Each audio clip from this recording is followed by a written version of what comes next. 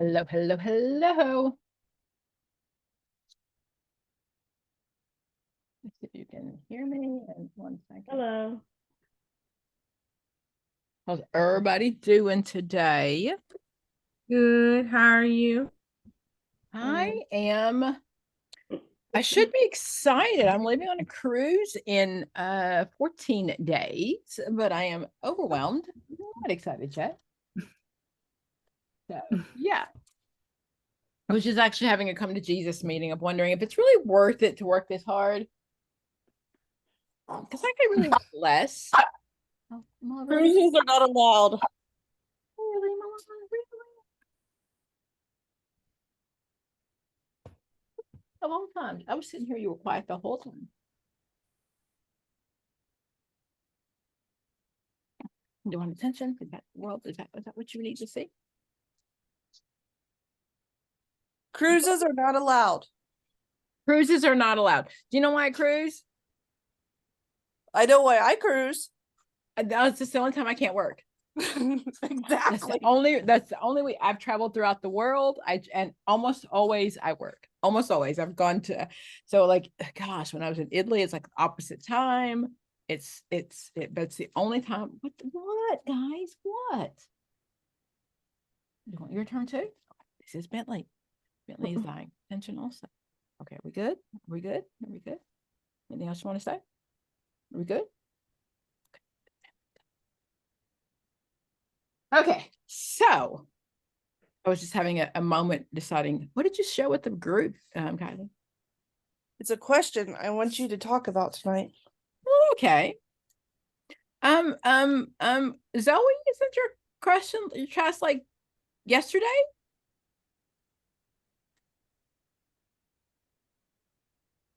When is your test? It's gonna be like so soon. Didn't we talk already? And it's like tomorrow? Okay, yeah. You guys hear her? Is it just me? No. Okay. Wait, hold. Tomorrow, yesterday, they all get the same in my mind. So when is your test? Tomorrow. Monday. Okay. So I was trying to actually on Facebook, one that somebody just said they passed, and I was trying to see if I could get them to join group tonight. It's always nice when they come back, and she just like posted like 5 minutes ago. I'll come back for the official break. Haley. Let me share my screen with you. Do you not remember Haley? If you're on our Facebook page, you should be. Again, lots of we don't allow like lots of like sadness on our page. We just don't do that. Okay, so do you see her? Do you remember her from group? Am I sharing? Yes. Mm-hmm. Yeah. I was trying to get her to come tonight. So I'll continue to email her. So okay, so let me go back to your question. We're doing supervision tonight. And supervision really is, there are 3 reasons for supervision. So those are, I think, the easy questions, because the only 3 reasons for supervision is if you stop sharing, right? What are the 3 roles of supervisor? Someone tell me. Education, collaboration, no, counter-transference, and administrative. Got it. That's the only 2 reasons. You are the very best social worker. And I think this goes against everything that you've actually learned in your real world practice, because most of your supervisors say, come to me for everything. And that's just not true. That's just not true for the test, that you are the very best. You have a master's degree, you are educated, and you know the stuff. So for the real world, you do not need supervision. Okay. But the test world, 3 reasons. Okay. So Kylie's question says evidence-based EBT. So first of all, what does that mean? Evidence-based treatment? Treatment practice. What does it mean? Those are big old fancy social work words. What does it mean? Like research and proven? It means, yes, exactly. Proven. Okay. CBT, whether we like it or not, is the evidence-based treatment for mood disorders. Affective disorders are mood disorders, right? So anytime I have a mood disorder, borderline, generalized anxiety, major depression, OCD, hoarding disorder, kleptomania, all of those things are anxiety disorders. So those are under that category. So what I know is that CBT is the best treatment for that. Okay, that's evidence-based. So according to research findings, EBT frequently exhibits specific traits. Which of the following is not one of the traits? Okay. Okay, and I know I'm supposed to read all four, but I want to tell you that the answer is one before I read all four. Because there's nothing that proves we need more than 20 sessions. Most research says that we need 12.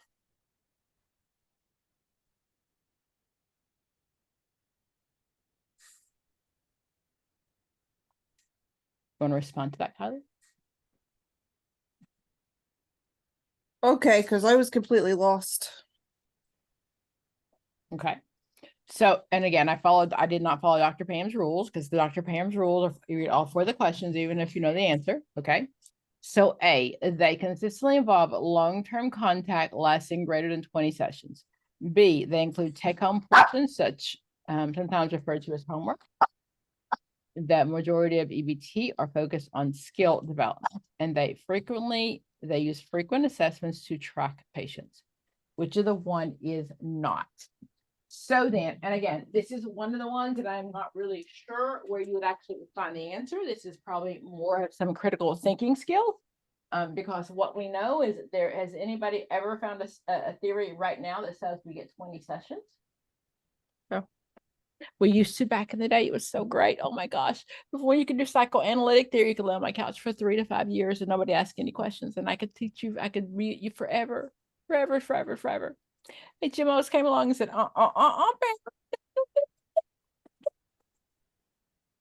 So there's nowhere that it says that 20 sessions is acceptable.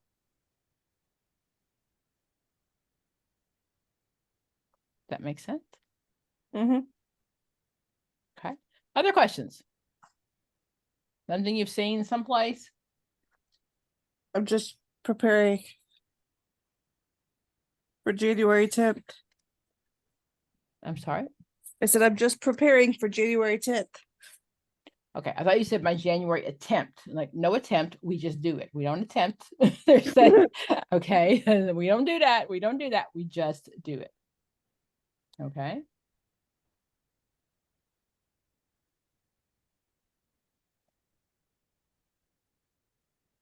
Okay, ask me questions, guys. I'm going to put up some supervision questions. Those who've taken the test, tell me what you've seen.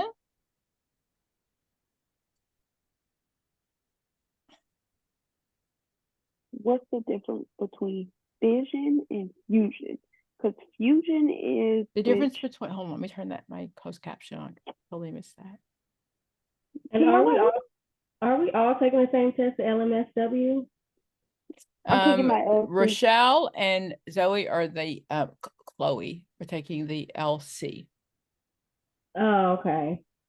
Okay. So it'd be more clinical questions with the LC, right? Yes, and I'll try to point out the questions that are more clinical on the LC. But Kylie, that picture she just that question she picked up, that's an LMSW question. LMSW, yeah. Okay. Mhm. Okay, so yes, what was the question? Don't worry about it. I got it. It's on Pocket Prep. I'm gonna find it. Okay, well, I'll read it so everyone can take part of your knowledge. Okay, hold. I have to find it for y'all. Hold on.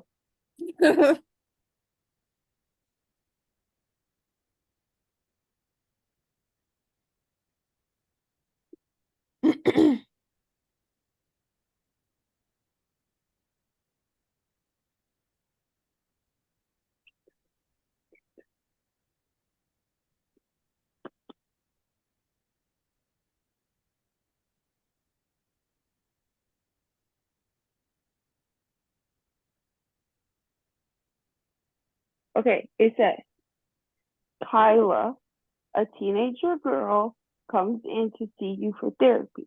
Her skin is obviously damaged from being picked at, and which has to be verbally redirected to stop when she comes in to see you. Which of the following disorders does Kyla most likely have? Excoriation. Good job. Yeah. Yay me! Yay me! So it's an anxiety disorder. It's under the same category of trichotillomania, pulling your hair, kleptomania, stealing things, pyromania. Those are all under anxiety disorders. So excoriation is picking at your skin. It kind of looks like if you were like a meth user, right? And you felt bugs climbing under your skin, you'd always pick at your skin. So excoriation that's what that's called. Kleptomania is if you're upper class white female, because if I steal from the local grocery store, they're going to arrest me and not diagnose me, even if I can afford it. But kleptomania, so when Lindsay Lohan steals a $10 lipstick or things like that, that's what that means. Okay, excoriation is picking at your skin. Look at me. Maybe I can become an LCSW one day. I'm sorry, that was not nice, was it? It's been a very, very long day. Ask me other questions. Fusion is with strategic model, right? Fusion belongs to Bowen. Enmeshment belongs to strategic. Strategic. Say that again, Mary. Structural. I thought enmesh was structural. Exactly. Yeah, Fusion. You said fusion, didn't you? Mm-hmm. Fusion is Bowen. Bowen said that we are so remember, every theorist has their own verbiage. While it may mean exactly the same thing, that's not the verbiage he would use. So Bowen, the holidays are coming up. Oh my gosh. And Bowen, you remember that mean teacher that made you do your genogram and go back and look at your family stuff and write down on paper that your mom and your cousin was the same people, right? So not you people, other people, right? That's Bowen, genogram. So Bowen said what he wanted us to do was to emotionally differentiate. And again, let's be honest. So Christmas is coming up, whatever winter holiday you celebrate. Most of you are going to do exactly what mom and them did and what grandmom and them did. Yes? Yeah. Okay. And I'm just going to say that people living in the South, most often there's some fat, there's some ham, there's sugar, there's enough cheese in the macaroni and cheese to have a heart attack, blah, blah. Okay. Yes. Only people in the South know how to take healthy corn and add some sugar and cream to it and make some, and I love some cream corn. I'm not going to lie to you. Love some cream corn. Okay. Right. When I first met my husband, she put sugar in the green beans. Sugar in the green beans. Sugar in the green beans. Sugar in the green beans. Look at Rochelle. Rochelle's like, of I'm course from the South, but we don't put no sugar in the green. Okay. Rochelle, where are you from?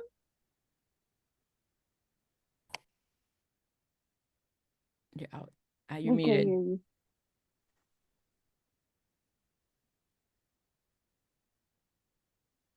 I know you live in North Florida now, which is the same as Georgia.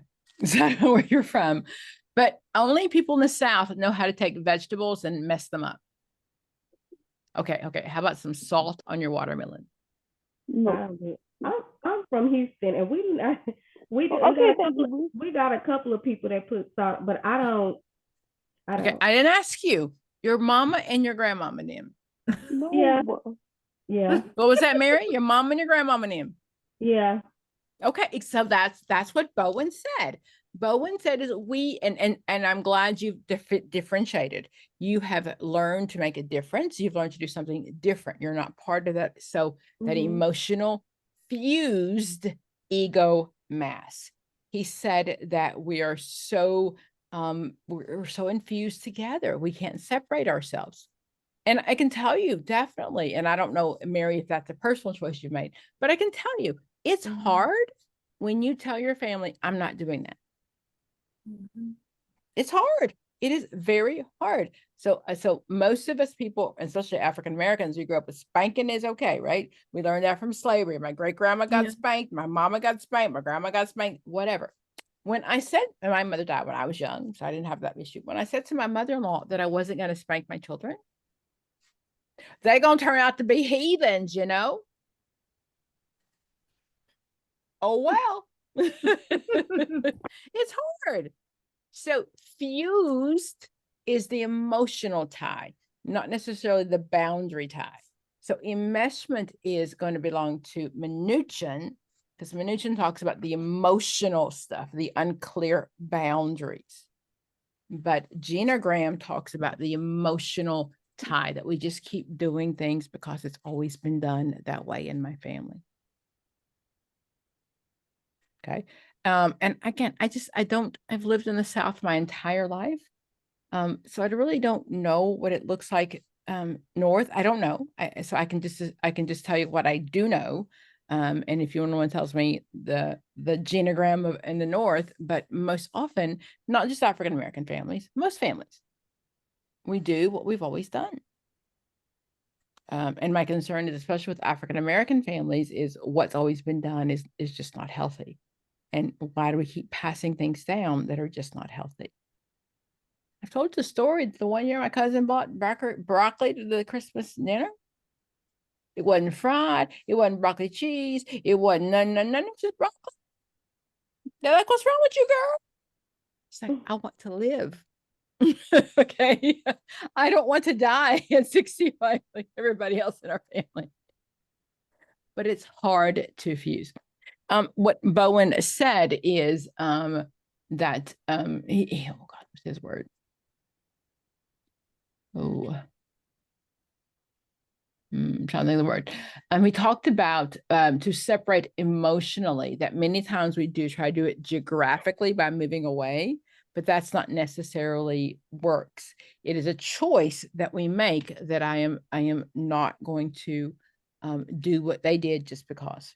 He doesn't say that you can't do that. He doesn't say that you shouldn't keep doing that. What he says is you shouldn't keep doing that without knowing why. If there's a rationale behind it, okay. But don't just keep doing it because we've always done it. So fusion is Bowen. Enmeshed is how I grew up. That's structural, okay? And again, I've probably shared videos. The reason I share anecdotals, if you haven't heard any of my videos, I share anecdotals because we remember things that are related to feelings much more often than we remember everything else, right? If I ask you where you were when 9/11 happened, if I ask you where you were when something major happened, you can tell me in detail because there are feelings attached. So when I share anecdotals with you, anecdotals are short stories about my life.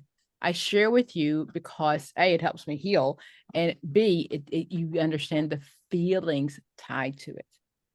I grew up in a very enmeshed family.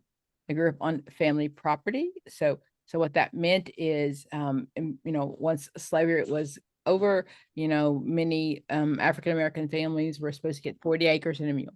Okay. My family didn't get 40 acres, but they had land.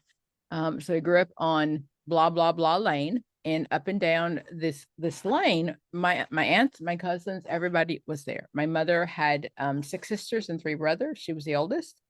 And my grandmother, my great grandmother, and everybody lived on the same, again, there was a road. It wasn't like next door, but it was family property. And I definitely recall when I was about 10 or 11 and my grandmother lifting my shirt in front of all my uncles and cousins and aunts under the tree and said, oh, look, she's getting boobs. My mom was sitting right there. Do you think my mama said something? Not a word. Not a word. I was horrified and didn't have anyone to even talk to about it because that was normal in an enmeshed family. There was no boundaries. There was no thing that no one said, this is not okay. So that's structural family therapy, that everything is enmeshed. And we know that incest happens more often in structural family therapy or people that don't have boundaries, right? Because we don't set clear rules. Okay.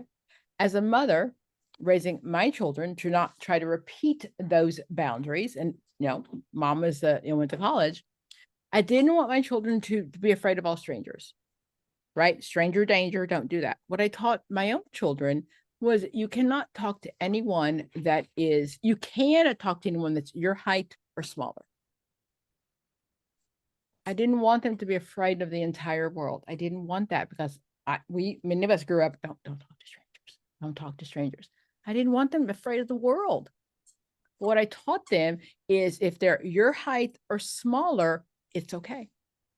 So that usually gets kids in your age range. So when you go to the park, it's okay to talk to them if they're your height or smaller. Right? So you can learn to develop friendships and learn to talk to people. But if it's your height and the boogeyman, the bad man, your uncle, your cousin is this height, it's not okay. So structural family therapy sets boundaries. So we know the rules. We know the rules. Growing up in your house, was it okay to go in your mom and daddy's bedroom? Even if they weren't home? Girl, let me tell you a story. I was traveling. I travel a lot. One of my children, I come home. I have a cleaning lady. I have a cleaning lady, okay? And I'm very particular about my bed. I'm like the Princess and the Pea. I like sheets clean, and there are lots of rules in my house. I'm not going to pretend. With my bed, I got some stuff there, some childhood stuff there too.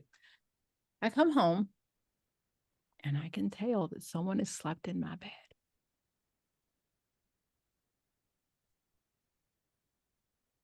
One of my children says, but it was his idea. She's still alive. Because my first thought was to squeeze your neck and... Okay, I'm sorry. That was real. Okay. But it was his idea. I don't care who the hell idea it was. The rules in this house are you do not do that. This is my house. So we didn't need any structural family therapy because I set the family rules very clear. If that happens again, I'll kill you all. Okay, that's not a test answer. But the importance of having rules and boundaries. So when you see a question, you've got a kid who doesn't follow authority at home, is because at school is because he never learned rules at home. And that's the goal of any of our family therapists, is knowing hierarchy. Mom and dad are in charge. And I realize that we live in a world today where we talk about, oh, let's empower the child, let's blah, blah, blah. None of the theories we structure, none of the theories we study say that. The 3-year-old doesn't decide what time we go home. There's not any family theory that says that's okay. Okay, so don't bring in stuff of what you may have heard of, and I'll say pop psychology. None of my family theorists said that's acceptable. My house, I set the rules, I pay the bills, mom and dad are in charge. Whether it's structural, strategic, systems, or Bowen in. Always remember that. I'm in charge. I pay, and again, I can't beat you half to death like my mama tried to do. That's unacceptable. They call you in on that, right? But it doesn't change the fact there's a hierarchy. Okay. Other questions? I'm sorry, my dogs are playing if you hear them running around. I was about to say, I hear a dog toy, and I don't think Journey has a dog toy. That's right here, but okay, okay. Milan, Bentley?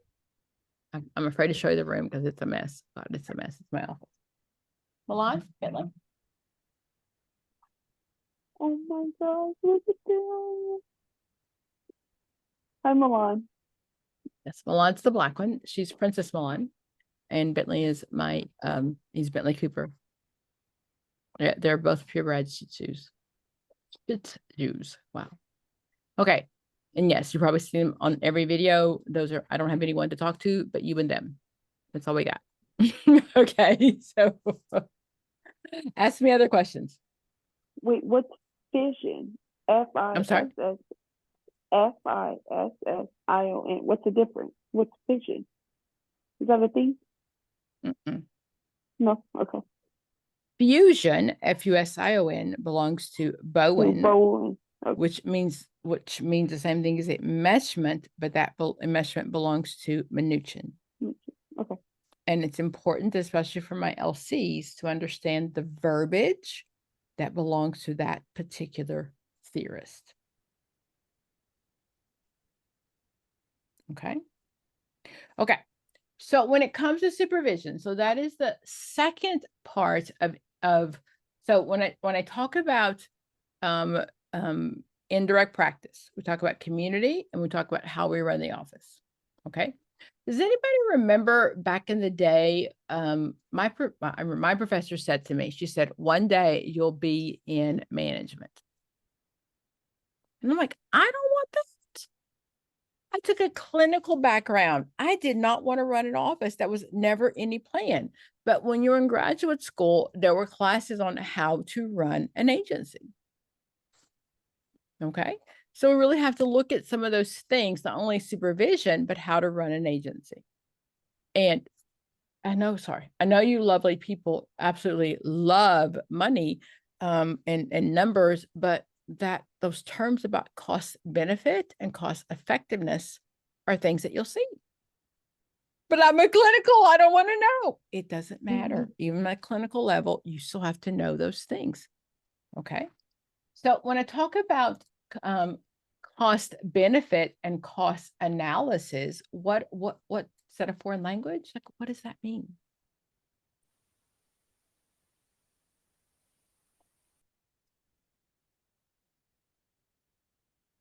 So we do a cost benefit and a cost effective analysis, and we do a cost benefit and cost analysis ratio. Okay. So cost benefit means what? Does the benefit, wait, does the cost, the benefit equal? Well, keep talking. You're right there. You're right. You're right. The goal is so what I say to help to understand this is in your state and in your city, you have a PO hospital, PO, and you have the Gooder hospital, right? The PO hospital gets government funding and they take everybody. Whether you have insurance or not, the PO hospital takes everybody, PO. Indigent care, people, they don't care if you're a citizen or not, the PO hospital takes everybody. Can you recognize that in your state, in your city? Mary, yes? Mm-hmm. Callie, you know which one's the PO hospital in your city? I work for the only hospital in my city. Okay, so are you the PO hospital? Do you take people that don't have insurance? Yes. Okay, so you work at the PO hospital. It's okay. It's okay. And I'm not trying to. No, I'm trying to. Don't blow me up on Facebook that Pam's insensitive. Pam, please don't. I just say this to help you understand the difference. So there's a PO hospital, and there's a Gooder hospital. The Gooder hospital, they're the ones that have the top of the line robotics equipment. You'll see an announcement on the newspaper that so-and-so hospital has brought in world-renowned surgeon John Doe because he's an expert. That's the Gooder hospital. Mm-hmm. The Gooder hospital, you have to have the right insurance. The PO hospital, we have to treat everybody. Okay. And I'm being overly dramatic because I want you to understand the difference. Okay. So the Gooder hospital is cost benefit. The Gooder hospital, did we get that top of the line excellent surgeon just because? We paid him lots of money, didn't we? We got him from the best blah blah blah. He's the Gooder guy, right? We've got robotics. We've got the best surgery ever. That's the Gooder hospital. So not only did the government, but also individual people put money in the Gooder Hospital. I'm aware that's not correct English. You know that, right? I'm okay. Gooder is not correct. You just, so you know, I know that. Okay. So, so the Gooder Hospital has got the Gooder people, and they usually have a board. They have private donors. They have people that put money in this hospital. If I have money, right, and I want to make an investment, I'm going to invest in this Gooder Hospital, right? Because the Gooder Hospital is going to see the Gooder people that have lots of money. And if I'm a private investor or even the government, at the end of the year of the Gooder Hospital, I'm going to say, so I gave you $50,000, $5,000, $100,000. Did we make money? Right? If we bring in this top of the line surgeon, his salary is $350,000 a year. Did we make enough money to justify that? Cost benefit. Did I benefit from the money I put in? Cost effectiveness is the PO hospital. So we're trying to measure, the government gave you money, maybe some other agencies gave you money, but at the end of the day, what I really want to know is how effective were you? Did you decrease the number of emergency room visits? Can Okay. you show that in a question? Give me a second, okay? I just want you to understand the concept, okay? And you're right, but answering questions won't, you've got to understand the concept, but I will, okay? What you're going to see is a lot of questions on both tests on case management. So I'm not sure if you've recognized in your own area that many times the emergency room now is owned by a separate institute. It's the hospital, but the emergency room is owned by doctors, something, something, something. Okay. So what we have found, I know you find it hard to believe that this is a money business, but what we have found is that many people use the emergency room as their primary care doctor. Okay. I can tell you my children have been in the emergency room probably once or twice, and I have 3 of them, and my oldest one is 30, because that costs a lot of money. I couldn't afford it. We didn't wait. Okay. I call my primary care provider, my doctor, their pediatrician. I'd say, hey, this is what's going on. And he would say, okay, ring them in the morning. I can't afford it. My copay is ridiculous. I can't afford it. But if I was getting state care, right? Medicare, Medicaid, state care, I don't have a copay, so I don't care. So I'm using the emergency room as my primary care doctor. When you go to the emergency room, what is the first thing they say to you after you're done? What do they say? Okay, we put a Band-Aid on it. What should you do next? Follow up with your primary care doc. To your primary care Absolutely. doctor. But many people don't have a primary care doctor. Mm-mm. That's the goal of this case management, and cost effectiveness is to reduce that charge. I was a director of a teen parent program in South Florida for a good 20 years of my life. And when I would say to my little girls, 14, 15, 16, that my children have never been to the emergency room, like, what?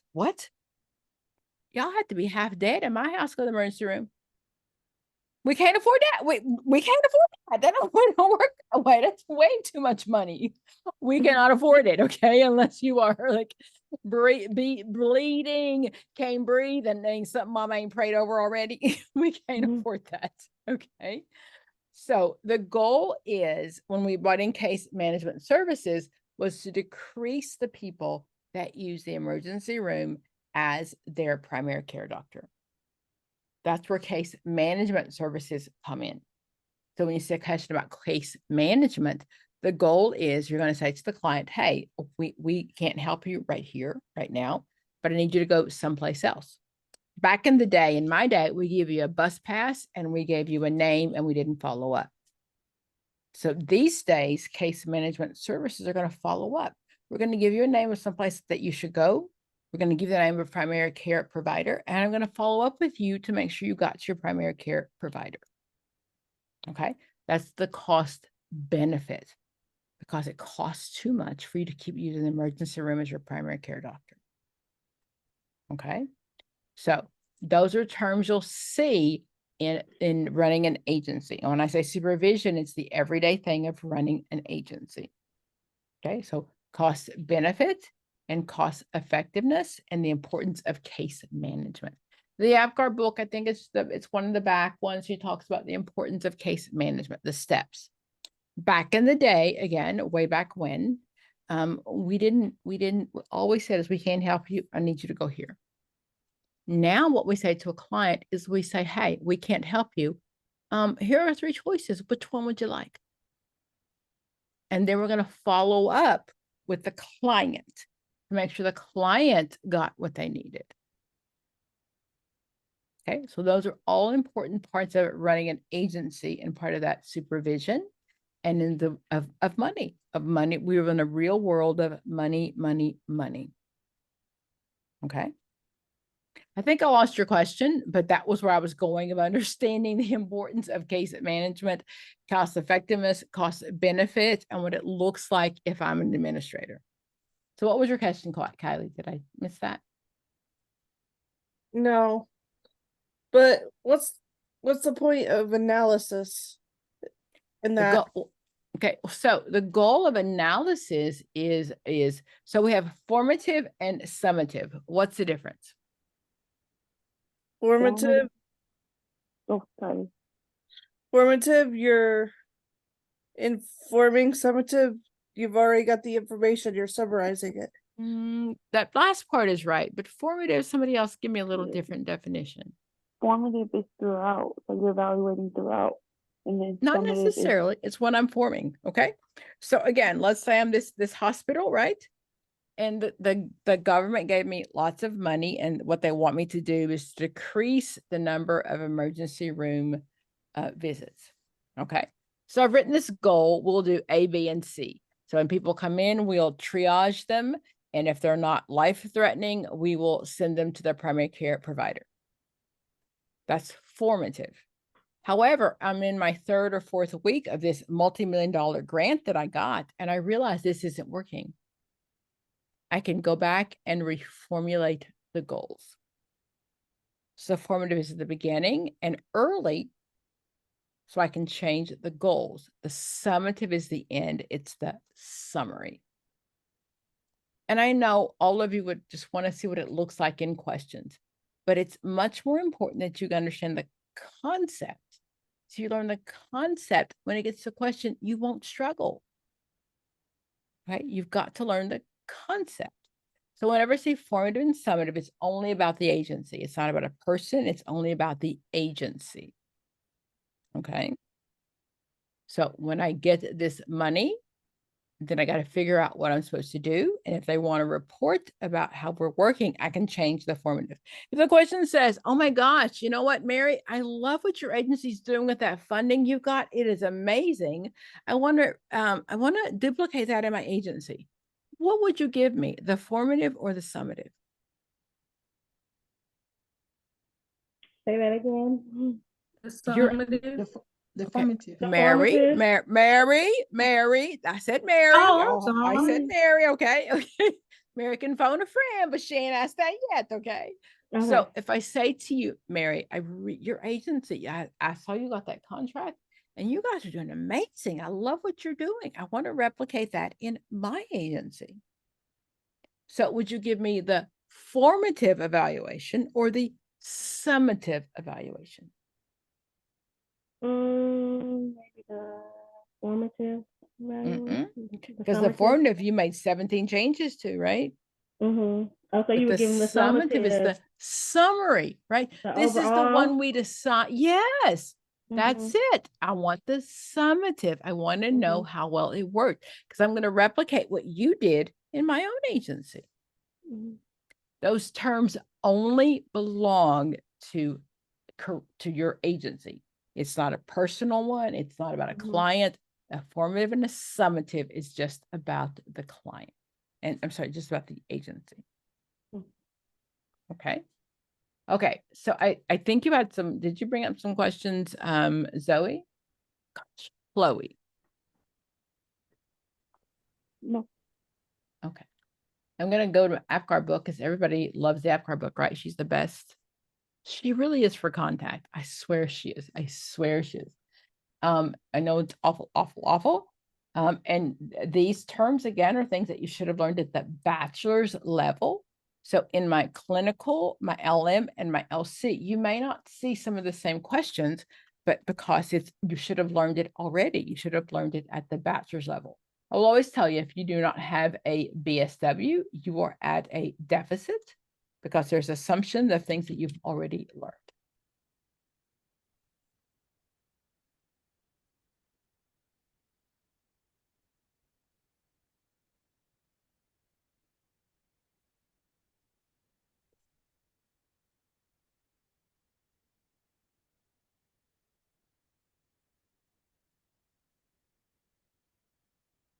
Remember, I say when you spend time with me, watch this video 17 times. Don't take notes. Stay in the moment. Watch my video. Watch it over and over and over and over. Did I mention over again? Did I also mention it's a reading test? Did I say that today? If I hadn't said it in the last 5 minutes, I'll remind you, it's a reading test. It's a reading test. Okay. We But should you always really- assess, right? That's my first choice. Gather more information before I intervene. Absolutely. Absolutely. Absolutely.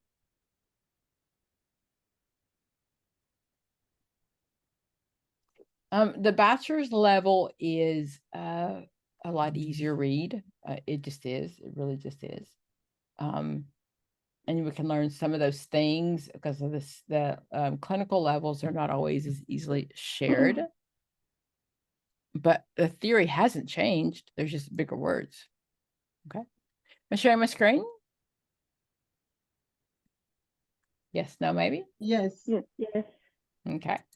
So then we're looking at methods and techniques and instruments to evaluate social work practice.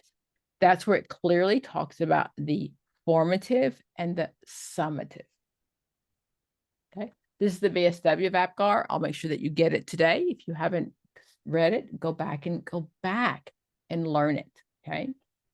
The formative is an ongoing process, allows for feedback to be implemented during service delivery.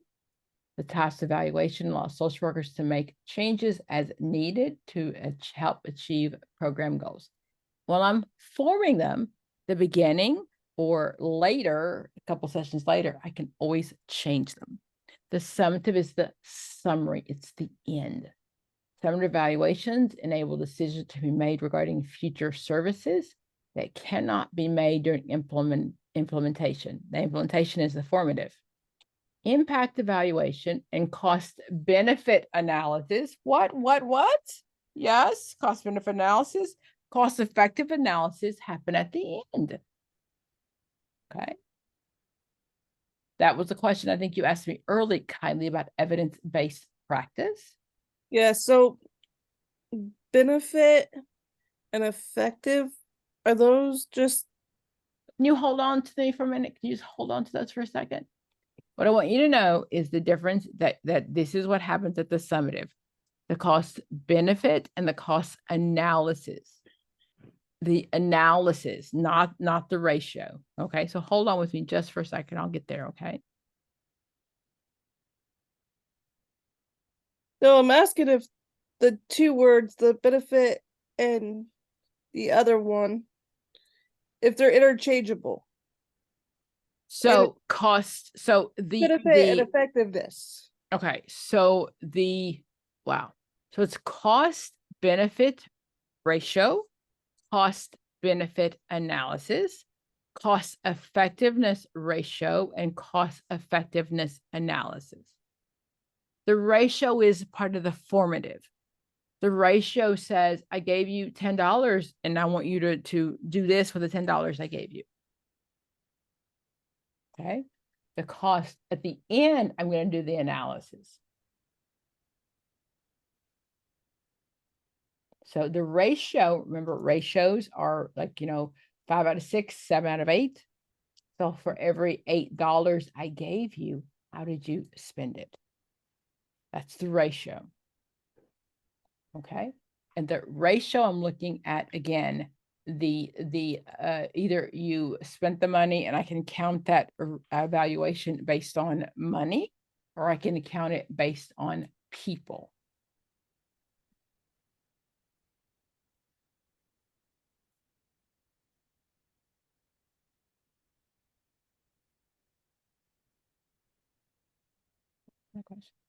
So ask me that again and make sure that answers your question. You did. You sure? Okay. Cost benefit is money for money. The ratio is in the beginning. I gave you $10. I want to make 10 for every $10 I gave you. I want to make 25. Okay. That's the ratio at the beginning. At the end, the summative is I gave you $10 for every client. Where's my money?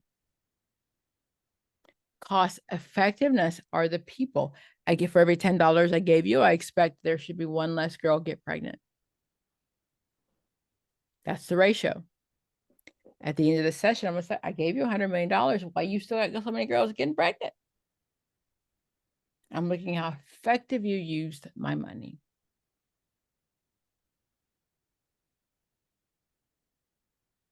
Yes, no, maybe, somehow. Heard it before somewhere in my life, Dr. Pam.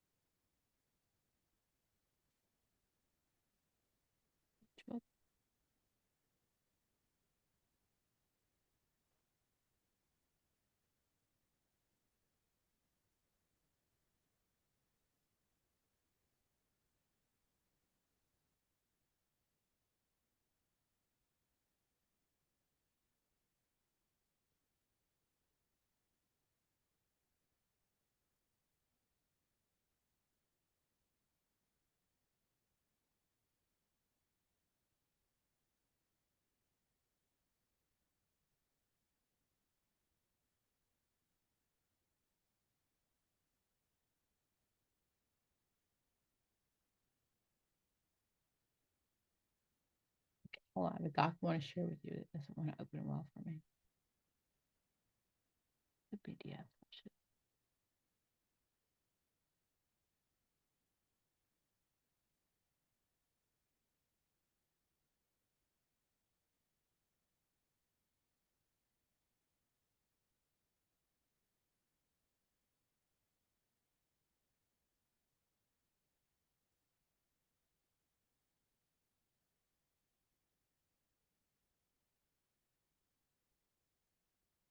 Am I sharing?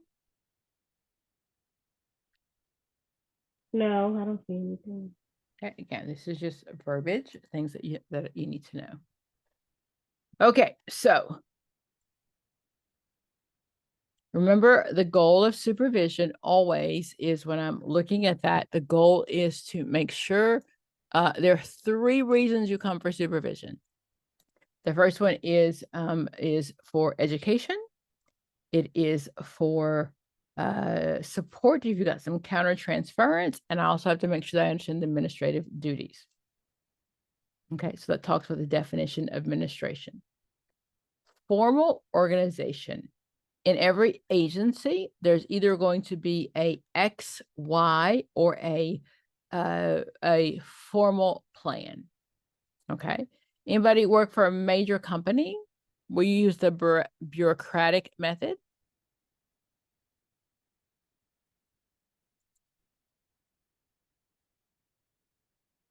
Hello? Hello, hello, hello. No. Okay. So in formal organization, that is the bureaucratic method. So what happens is, let me go back. So X and Y are types of management styles. Okay. They've been around forever and forever. So the X is the one that uses the Hawthorne effect. What does that mean?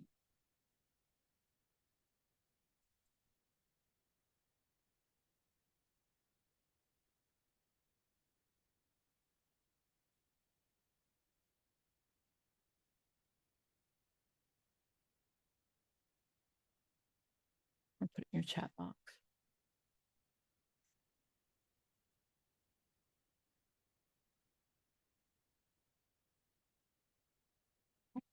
So in your chat box, do you see the X and Y theories?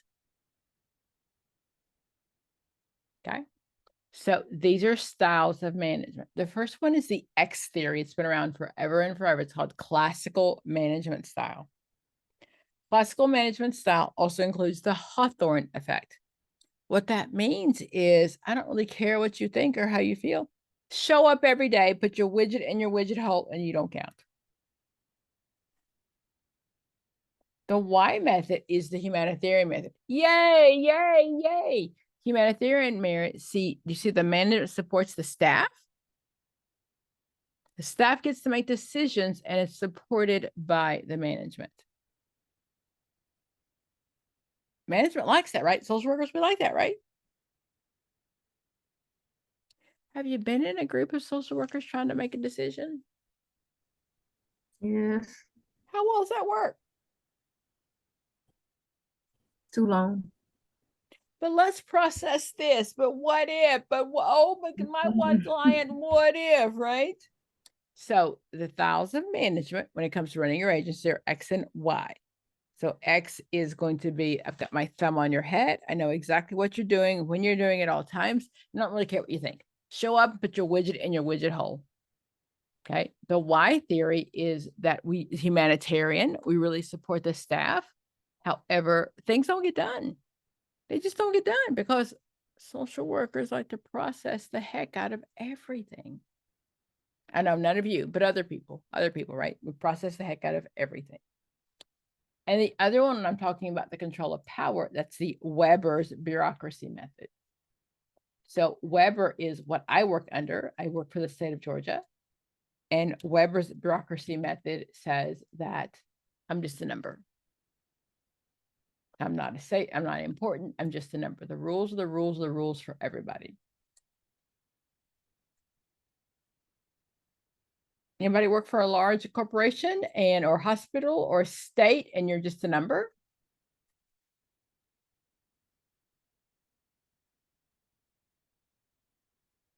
So in my job, this is what it looks like. Okay, so let's say that I want a new computer. Okay. So I could go to the Best Buy across the street from my college and buy just a nice laptop, probably with the high upgrades, all the good stuff, probably maybe $500-$600, right? Good one. Okay. And reimbursed, right? We have to follow the chain of command. I have to put in my order for a new computer. We can only buy from Dell because it's a company. We have a contract with Dell. So Dell's going to charge me $1,000 for the exact same computer that I could have bought at Best Buy. I have to get permission from my boss to buy the computer from Dell. And it goes up and down the chain to the boss, the president, IT, blah, blah, blah. 6 weeks later, my computer comes back in. Does it go directly back to me? No. Has to be approved by everybody else. The president has to say, oh yeah, we all like this one. My dean says it's okay. My dean says it to IT. IT puts it on the programs that they think that I need. Okay. And then it gets to me.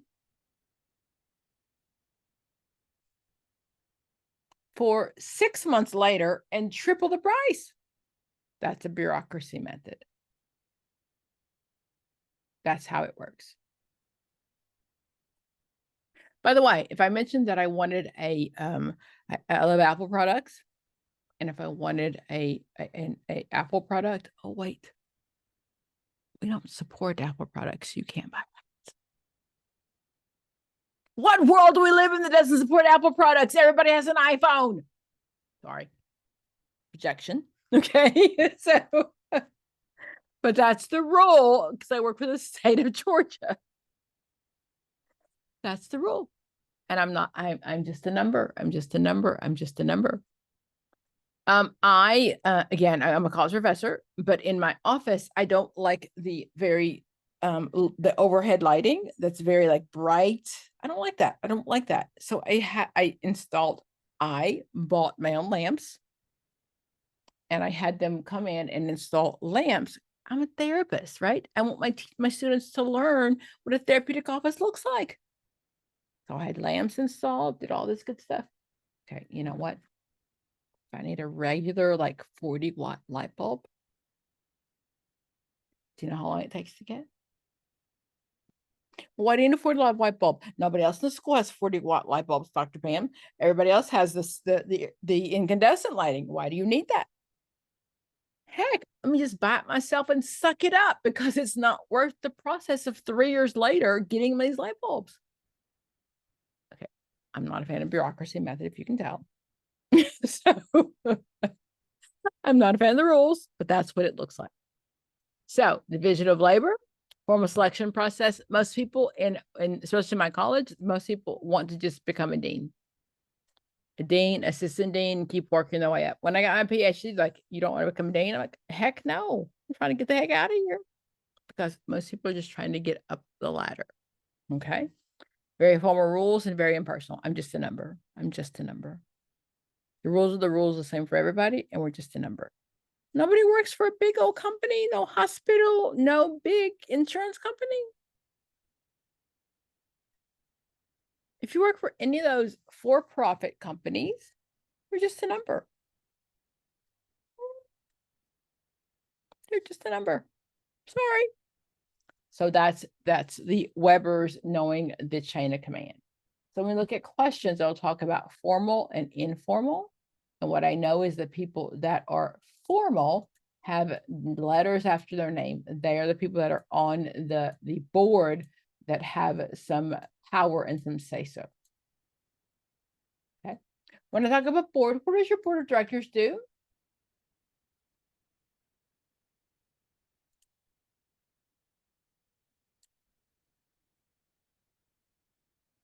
Has anyone seen their board of directors? Mine, well, the agency that I work for, she just oversees the programs. Oh, there's a whole board. It can't just be her. She can be the president of the board. There's supposed to be a whole board. Keep talking. The whole board. I have seen the whole board, but I'm not initially what they all do. But I have seen the whole board. Do they get paid to be on the board? From what I know, no. They do not. They do not. They do not. Here's what happens in the real world. And if you haven't done it yet, you will. So when you have your own agency or you become a director of your own agency, you have to have a board of directors. So what you're going to do is you're going to go back to your old cronies, the people that have always supported you, and you're going to sit on their board, so they'll sit on your board. Yes, you will, because you have to have a board of directors. Okay. And what happens, the board of directors in most agencies meets about twice a year. For my board, I feed them. Oh Lord, they get them to show up for a meeting. I feed them. Okay. And I teach college full time, and my goal is really making sure that my college students really, what I'm teaching them helps provide the services needed in the community. Right? If I'm turning out students that aren't providing or aren't capable of being hireable, I need to know that, right? But in general, the boards I'm on, the people are on my board, show up twice a year because I feed them mainly. It's not a paid position. Someone will volunteer to be the head of the board, but it's really just words. Okay. And many times what you'll see is they provide financial support. They write a check. Do I look like I got that kind of money? Okay, ignore that. I might look at it that way, but that ain't true. Okay. So what the board does is we make sure that the agency is, so we basically hire and fire the CEO. Okay. So the goal is to make sure the CEO doesn't take away with all the money, and the CEO doesn't really take the what she's supposed to do and doesn't have any checks and balances. So you might see your board members occasionally. They'll come through your office. They'll, she'll show you what's going on. You've got some new things going on. You might briefly meet them. Okay. But they have no power. They don't get paid. They don't care that much. Sorry, but they don't. However, if suddenly you lost a grant and there's no money, your CEO is going to call the board. We don't have any money. What do we do? Most nonprofit agencies have a fundraiser like twice a year. Somebody, you work for a nonprofit where you've had like a gala, a dinner, or some of those things, right? You get all okay, exactly. So that's why I'm on your board, and that's why you're on my board, because when I need a fundraiser event, I need you to invite all your wealthy friends. And I need you all to donate a check of $500. I'll take 50, but it's okay. That's what you got. But that's what it is, right? I'll sit on your board. You sit on my board so we can get my deficits met. That's it. That's really it. It sounds fancy. And if you're applying for a job, volunteer to sit on a board because it looks great on your resume. Okay. I'm on the board of directors of the other local colleges around me, and they're on my board. Okay. So again, it's really more about social than realistic. Sorry, it's not. I don't have money to write you a $5,000 check. But I'll get my friends and all of my friends and give you a donation. I can do $500 on a good month, maybe 100 on a regular month, but I'll get all my friends to do that. But when it's my turn to have an agency, right? My turn to, we need, this is our year-end fundraiser. You'll invite all your friends. It's really about networking and knowing who's who and how to get the money. So please don't think that this board is these gods up here looking down on you. They don't care that much. They don't get paid. Okay. And yes, they're about financial, especially if your agency is not going to survive. Okay. I've sat on boards before where the CEO misused funds. And we're trying to figure out how to keep staff, how to get staff paid. We'll have a fundraiser. We'll apply for grants. We'll do all those things to make sure that this agency can go on. And then we'll fire the CEO because she didn't know what she was doing. That's what a board does. Okay. So please don't, they're rich. They write money. They write checks. Okay. So maybe if you're talking in not the social work world, in the world where I'm sitting on the board of Ford or Volkswagen or Microsoft, maybe, but in the nonprofit world of social work, your board members are just people that volunteer their time. They support the goals. If you have a concern, they'll support you. And definitely there's usually 2 fundraisers a year. So when it comes to financial, they will be part of those fundraisers, but no one has that kind of money just to write you a check. They're social workers. Okay. Does that surprise you? Have you heard that before? Do you know what board members do?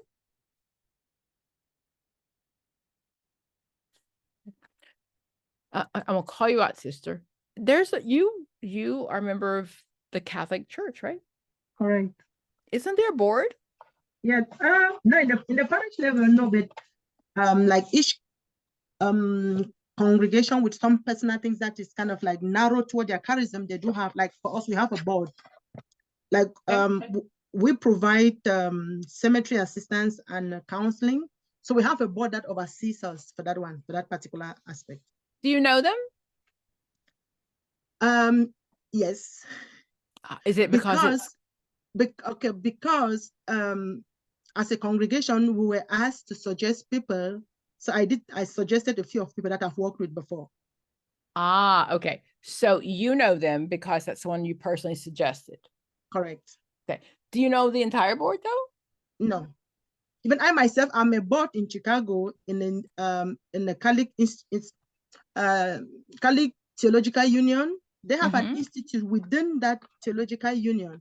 Okay, we are coming from all over, from California and we are like all over the place. So I think they don't know us. But that one, yes, I think it will be hard for somebody to identify us. So you write a $5,000 check every year to that board? No, I'm a sister. I don't have. And that's what I want everyone to understand, because always on the test you see we make financial donations. It's financial. That is not what board members do. They're normal people. But we brainstorm on how to make fundraising. We did one already. Absolutely, absolutely. But there's no deep pockets that we're writing checks. We're social workers. We don't have that kind of No. money. So understand that concept when it comes to the board. Okay. Those who've taken the test before, tell me something else that you might have seen before I pull up some questions.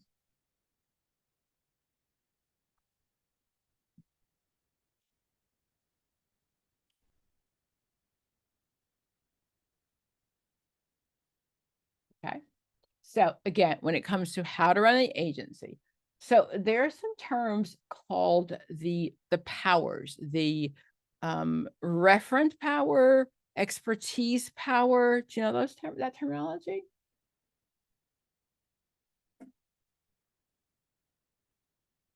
AppGuard talks I think about we've heard that. of it.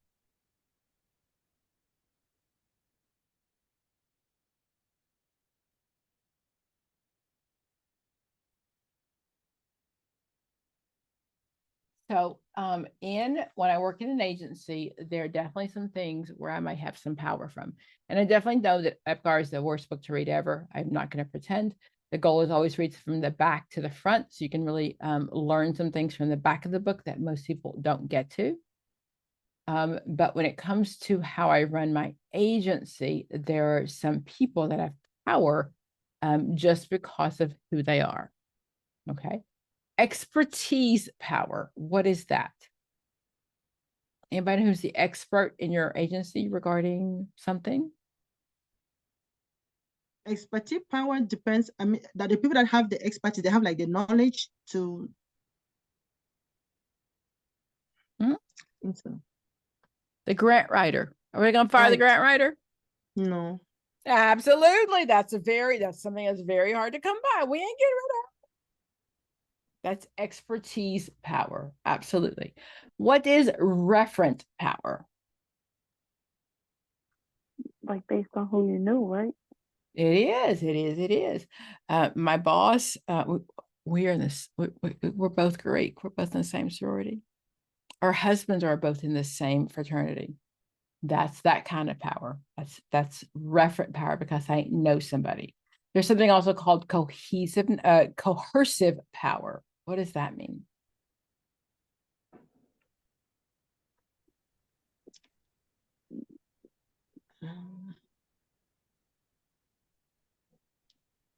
I'm going to put my thumb on your head and I'm going to threaten you if you don't do what I want you to do.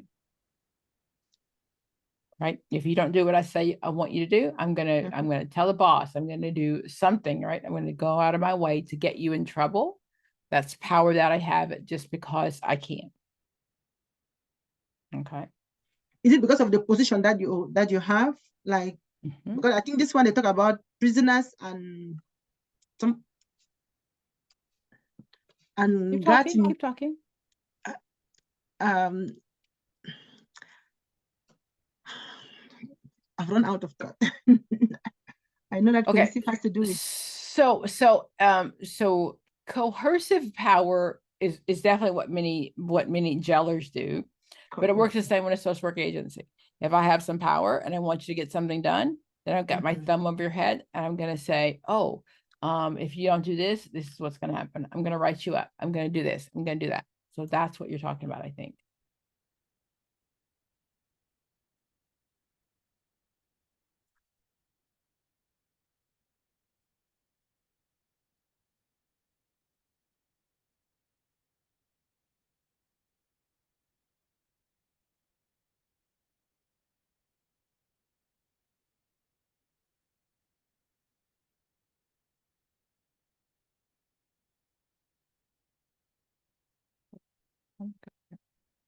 Okay.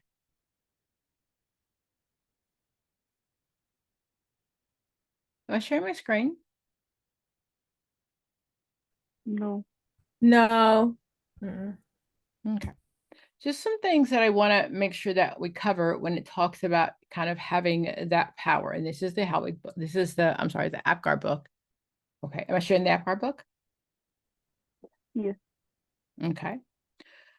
So the importance of networking is always important. Networking is a really big deal. So if you've got a family that is struggling to eat tonight, and if I know I went to school with the person who's the chairman of the board of the food bank, that are really important. Networking is important. This talks about community, and I want to go over that all before. We've done that before, so I'm not discussing community tonight. The governance structures are how we run it. It is a framework of accountability to clients, stakeholders, and the wider community within organizations to make decisions and control their functions.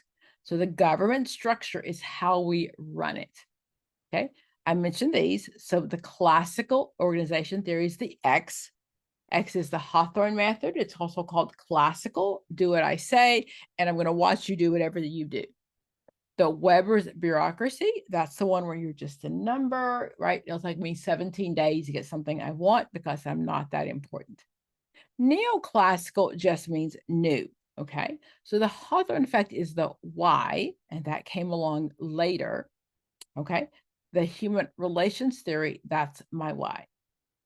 The goal is, it is based at the client that my supervisees, my staff, they're going to do what they're supposed to do. And I don't have to be on top of them 1,000 times a day. I don't have to check on with them.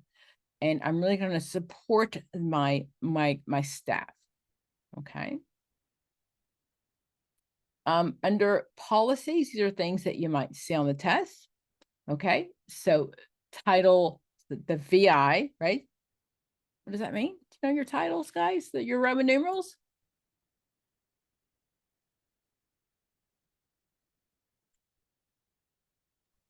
Six, right? Yes. Title 6.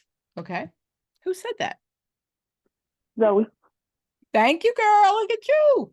Title 6, you might see, that talks about the Civil Rights Act of 1964. The OOA, the Older American Act, 1965. Again, those are things that I haven't seen a lot about. What I've seen definitely is knowing that FERPA is 1974. FERPA is to schools that HIPAA is to medicine. What does that mean? That parents have right to children's report. Until what age?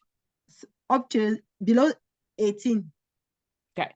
And once they turn, so this is kind of tricky. If they're 18 and still in high school, it doesn't count. If they're 18 in college, I cannot review their records without the child's permission. Okay. So one of the things you might see on this, a test question when it comes to FERPA is every state has different rules. So a lot of school social workers that work for the school system, their records are part of the school's records. Okay. So that means the parent has the right. But if you ever see the question and it says follow the state and local guidelines, that's what it means, because in some states, the social workers' records are not part of the school system records. Okay. I find this interesting.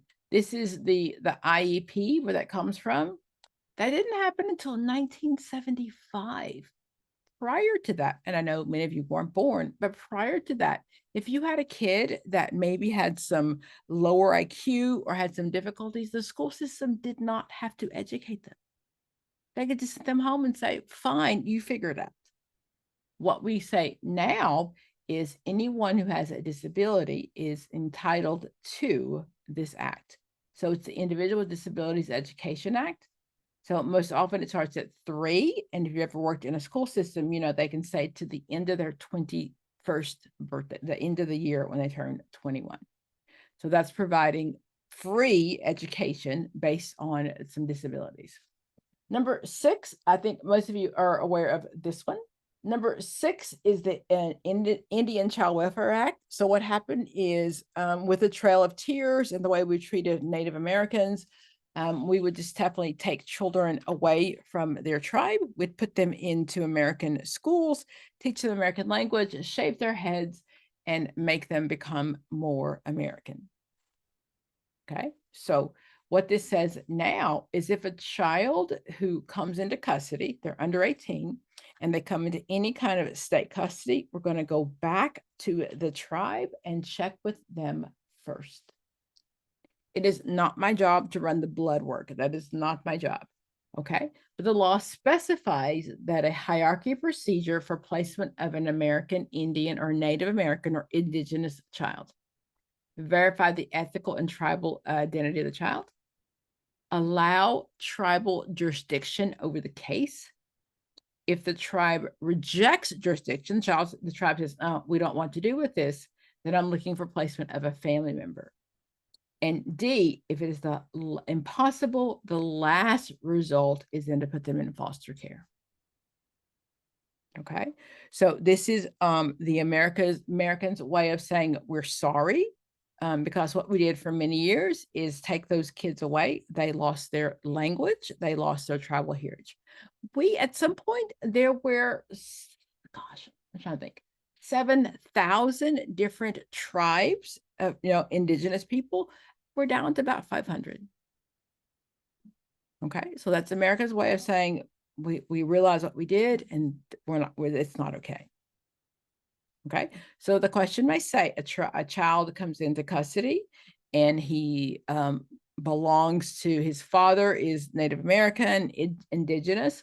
The tribe gets say so first. Okay, and you know that that's a sovereign nation. I don't know where you live, but where I live, that's one of the reasons there can be gambling on the reservation. Because where I live, gambling is illegal in other parts of the United States, but on the reservation, it's legal. That's because it's a sovereign nation. America doesn't have say-so of what happens on the Native American reservations. Yes, heard that before. Makes sense. You know that. Okay.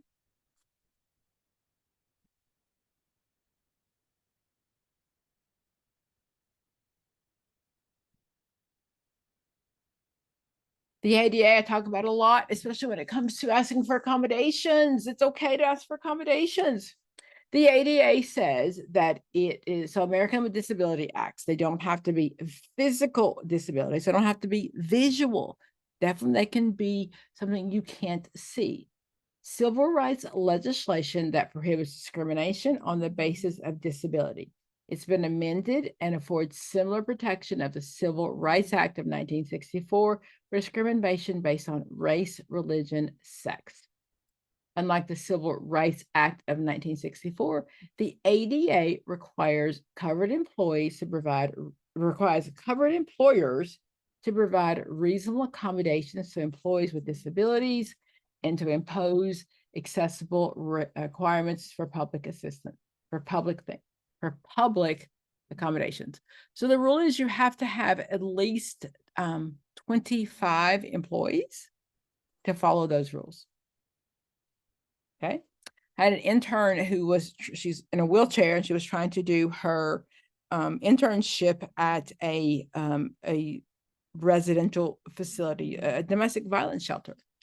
And they said no, because they did not have a ramp access.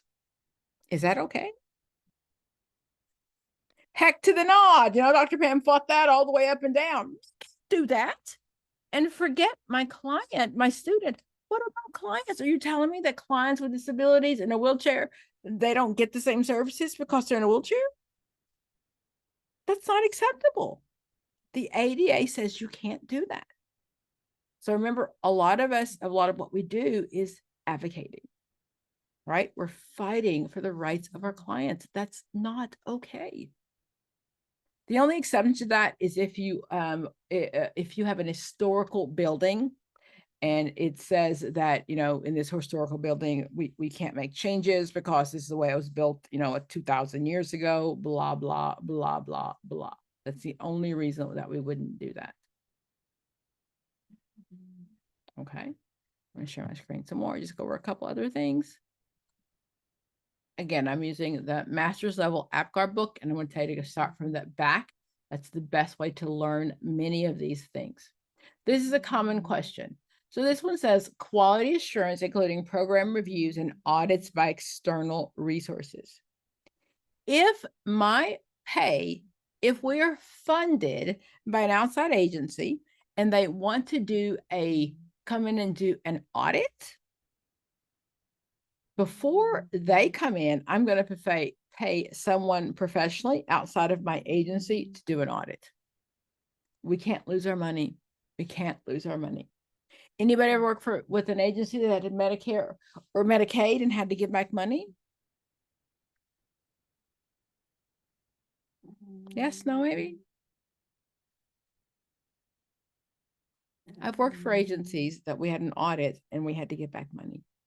And that means you've already been paid and you have to give back the money that you owe as a therapist, the psychiatrist, the owner, you have to give it back.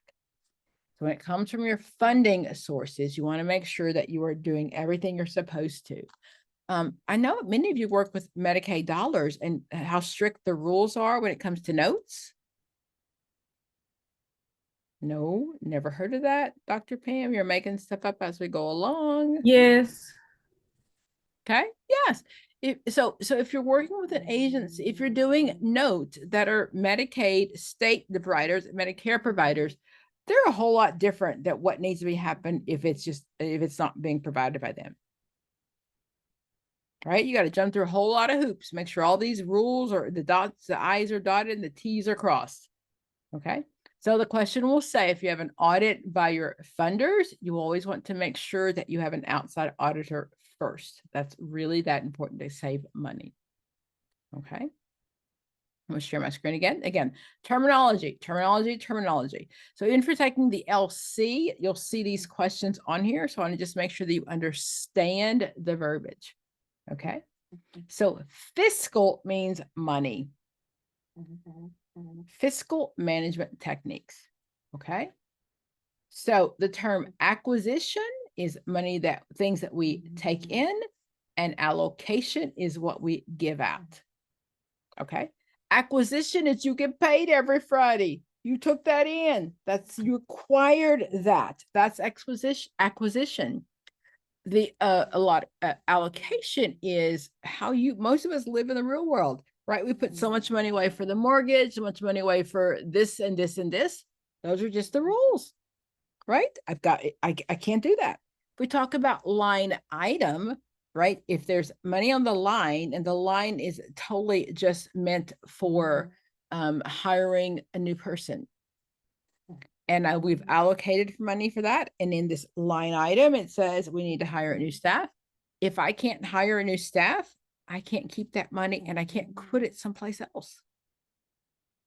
It's only allocated for that, and that's what it's got to stay for. Okay, that's line item. Zero-based budgeting, I think you should all be familiar with. Zero-based management is when you ain't got no money. So it's a new agency, right?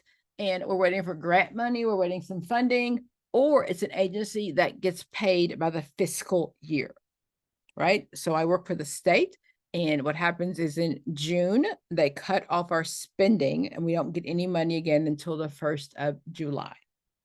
So during that month, we are zero-based. There's no money, nothing coming in, we broker then. However, it happens every year, so we prepare for that. So zero-based means that you currently just don't have any money. Okay. Again, like I said, the roles of the supervisor: administrative, education, and supportive. So when you see those questions, be really clear. Supportive is countertransference. I really don't care how you feel. All I really care about is how you feel when it gets in the way of the client. So countertransference is when your feelings get in the way of how it affects the client. Some of these things will say, when you have transference, go seek supervision. So the first thing, if I have transference, a client comes in and says, hey, Dr. Pam, remind me of so-and-so and so-and-so. I'm going to set the boundaries, right? It's very, very common. We're being a supportive, caring person in this client's life, what they're not used to. So we're going to be there for them and they're surprised. So that's transference. But the first thing I'm going to say is, wow, okay, I understand that, blah, blah, blah, explain it. If it continues and they're like, Dr. Pam, you're hot, Dr. Pam, blah, blah, blah, and then I'm going to seek supervision. And it's not necessarily how to handle the client. It's more that making sure somebody else knows what's happening in the session. Not okay, right? No, that's not okay. We don't do that. Okay. Methods to identify learning needs and develop learning objectives. Again, I can tell you to go back and learn these or read these. Quality supervision is founded on positive supervisor-supervisee relationship. Okay. So this should be consistent. It should be on time. I should know every week when I expect supervision. It shouldn't be just based on whatever's good for my supervisor.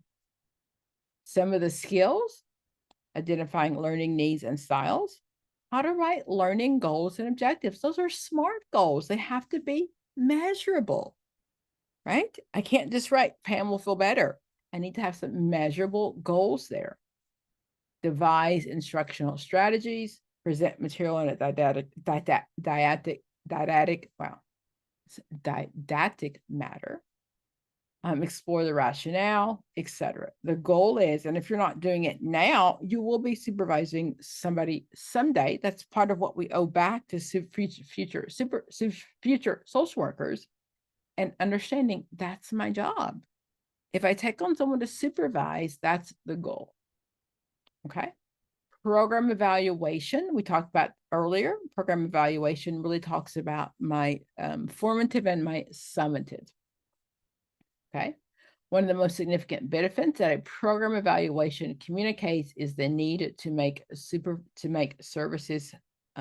service improvements. Whenever I see a question about an agency, or we're changing our strategic goals, or we're moving forward, the goal is to remember, I'm going to go back before I go forward. I'm going to go back to whether it worked before, whether it didn't work, and then I'm going to go forward. Examples of improvement may be eliminating services that don't work on my program goals, adding services, of course, acquiring more adequate resources, or targeting a different group. Okay. Evaluation findings should be valued in communication as an opportunity to make the program better. So those are the terms I talked about before: cost benefit analysis, cost effective analysis. Cost benefit talks about the financial cost of operating. A cost benefit ratio is generated to determine whether and the extent to which the costs exceed the benefits. Program decisions can be made to eliminate or modify the program. The bottom line is, did I make money? Are we making money off of this? The cost-effective analysis, again, it is about, it considers the benefits that are not measured in monetary terms. It's measured in lives, right? How many lives did we change? It does not produce a cost benefit ratio, like for every $6 we made this many dollars, but it focuses on mainly the financially efficient way to determine an outcome. But it's measured by people, not by dollars. Cost benefit is dollars, cost effectiveness is people. And your outcome assessment, right? That's really looking at everything. It's determining whether the program has achieved its attending goals. Did I achieve the goals we were supposed to? Whether it's cost benefit, cost analysis, whether it's about the findings, all of those things is the outcome. The summative talks about summarizing and how we made that, but the overall end goal is the outcome. It is also used for continual feedback loops. So most of us are usually using feedback loops with families, right?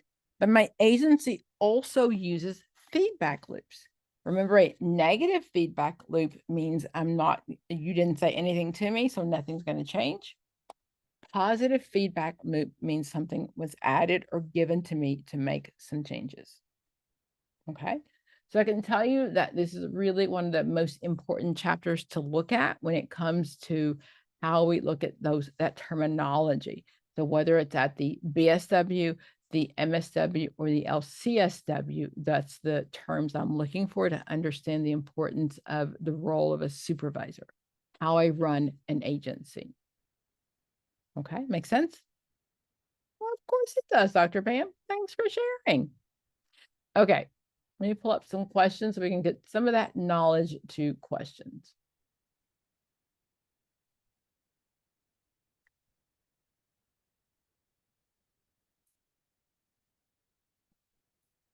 Those who've taken the test already, tell me something you've seen on the test. Tell me something that I need to cover because you've seen it in a test question. You're like, I had no idea what that meant.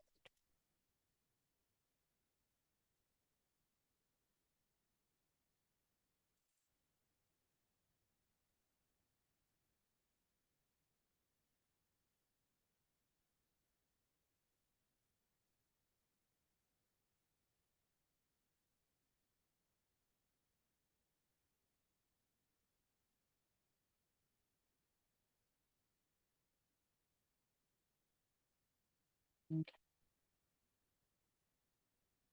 Cynthia?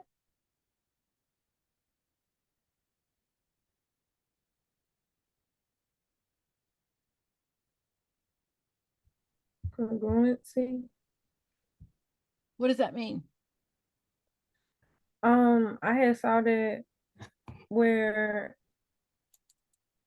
it's like a client came in reporting like something that happened where she should have been crying, but she wasn't.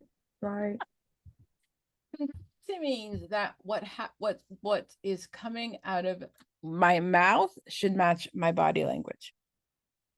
Remember, Carl Rogers said it was extremely important for the therapist to be congruent, right?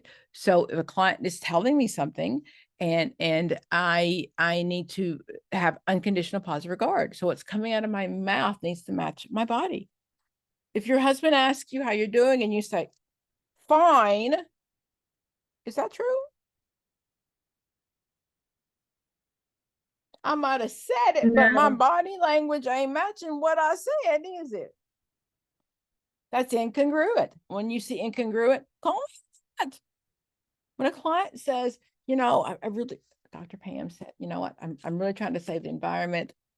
I've got to stop drinking these plastic water bottles. I know they're bad. I'm going to stop. I'm really going to stop. And next week you see me. Is that congruent? That's incongruent because I said you shouldn't be doing this. I'm not going to do this. And I did it anyway. Confront me, Dr. Pam. Lied. That's when we confront because it's incongruent. Drug and alcohol people are the best at that, right? Well, you know, I was going to quit drinking, but I was going to go to work, but I got high. Okay. So that's incongruent when my words and my body don't match. And that's when you call me on it. That's when it's okay to confront. And some of us have been taught it's not okay to confront, but that's not true, right? I'm not going to confront you on your first session. We just met. But after a while, if you keep telling me the same stories, my goal is to confront you so you understand that no, I know you're lying to me. There's a question I've seen a couple times that you have a client that you know is lying to you. What do you do first? Ask them, why? I'm trying to help you out. Why are you lying to me? Okay, that's what that looks like.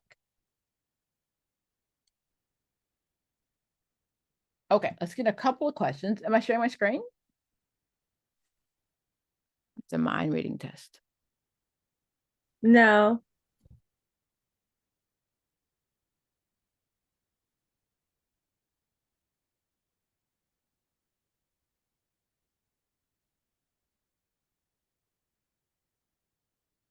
Okay, am I sharing now?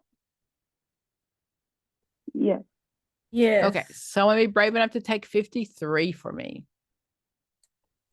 Okay, I'll go. It says a community fund survey revealed that the minority community is poorly served by programs funded by the agency.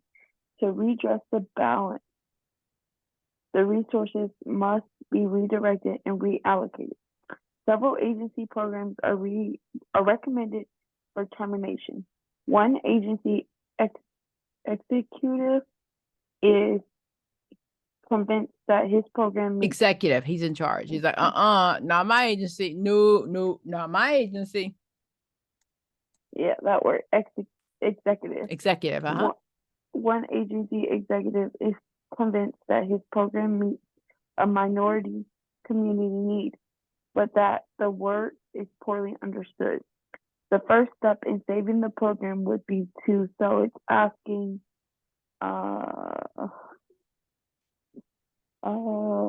community fund survey reveals like a the money, poorly- the community fund. We've been paying you, been giving you money, and we're finding out that y'all ain't doing what y'all said y'all was gonna do.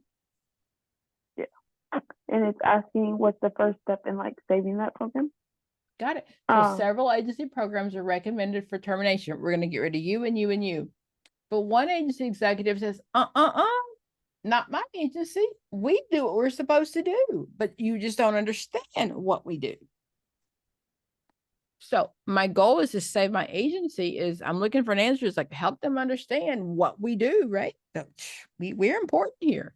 So which one of those would answer my question? Read all four. A says send a letter to all community fund agencies suggesting that the purpose was flawed and that their interest is best served by joining with him in a challenging decision. B says prepare a detailed study of the population served and the program's accomplishments, mobilize board and community support, and ask the fund to reconsider its decision.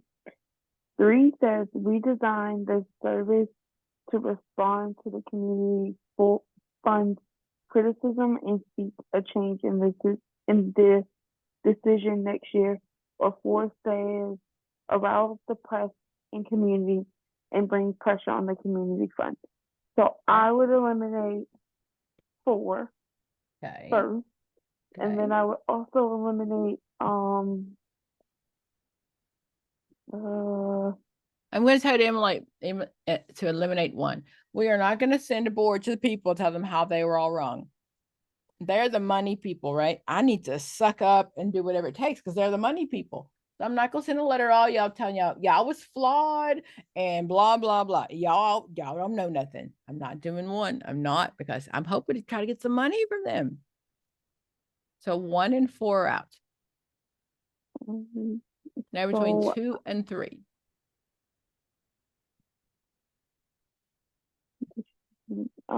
2, right? Prepare a detailed study of the population first in the program's accomplishments, mobilize the board and community support, and ask the community fund to reconsider its decision. So the question says that that's the correct answer. Bingo. So it says that the several agency programs recommended for termination, right? I don't want my client, I don't want us shutting down. We're doing the right thing, but it also said something about that they just don't know. I need to let them know, hey, we're here and we're doing a good job. Don't shut me down. Everybody see that?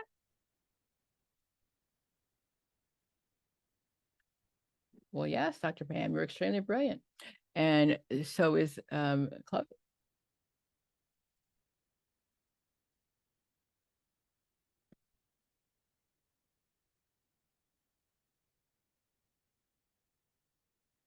For 62 volunteers.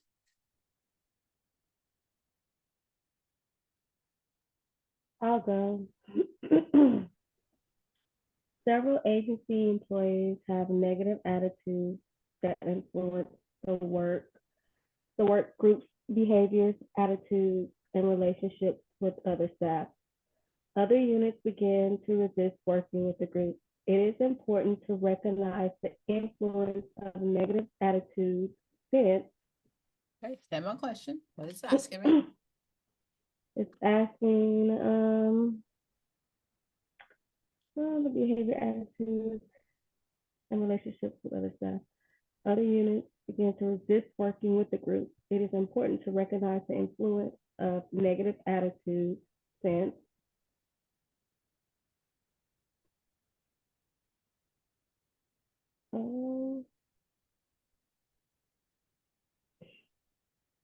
the question. Yeah, sorry. There we go. 1, they may stimulate undesirable norms that affect the work behaviors of others. 2, employees are aware of the extent to which their work group influences them. 3, formal rules are stronger than norms. 4, norms will present managerial problems. So tell me what's happening in the question. Tell me in your own words.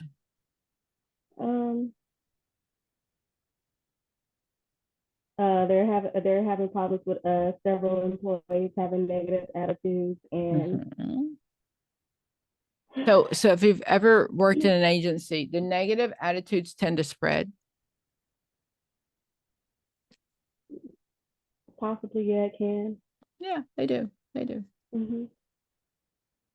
I can't ignore that, right? If I've got Yeah. all these people that are coming in, oh my gosh, Dr. Pam doesn't know nothing. This agency sucks. And especially if I'm new, that term group think will suck me in, right? Because Mhm. everybody else says it sucks, so it must be true. Yeah. Okay, so I will take out 3. okay,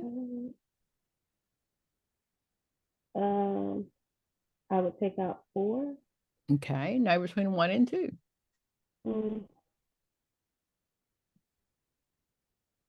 um, and since I want to say it's 1. Yes, you do. Very good. Very good. Very good. Okay. That may stimulate undesirable norms. So as a supervisor, right, at an agency, if I allow that negative to continue and continue and continue, that's going to become like the agency norm. And I don't want that, do I? No. What did my mother used to say? A few bad apples can spoil the whole bunch. Can't have that. Can't have that. Can't have that. And all the people that you've ever worked with are kind and sweet and they're amazing. However, some people that I work with haven't always been that way.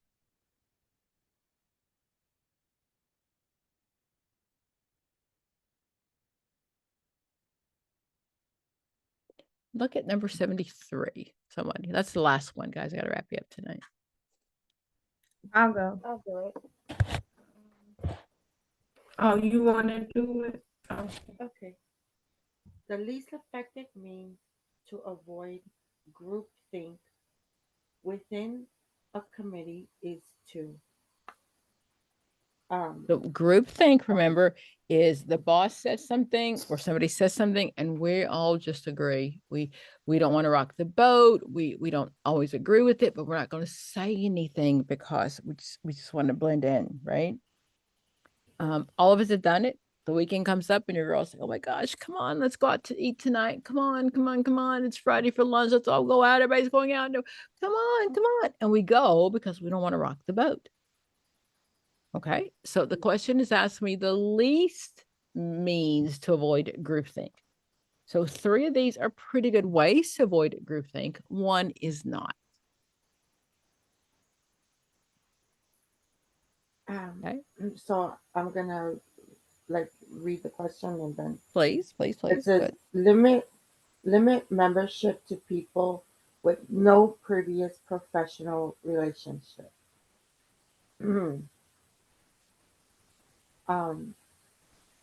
Form subgroups that meet separately before reporting to the to the entire group. I'm gonna eliminate number 2. Invite outside experts to each meeting. I'm gonna eliminate that. And number 4, seek members who initially adopt an impartial stance on the subject to be studied. So I'm looking for 3 of these things I would do. Okay, so that's how I start when there's a void, the least effective. So which ones would I do for sure that would avoid groupthink? I would say 2 and 3 for sure. Okay, now you're between 1 and 4. And then I would eliminate number 4, So my answer is 1. absolutely, absolutely, absolutely, absolutely, absolutely. Okay, I do have to wrap you up. I apologize. I got some stuff done because I got to work tomorrow. I know. Okay, so I will send you this video and I will send you questions and flashcards based on this. It probably won't happen. The video won't cut till tomorrow, but I'll try to get the things, anything into later. Okay.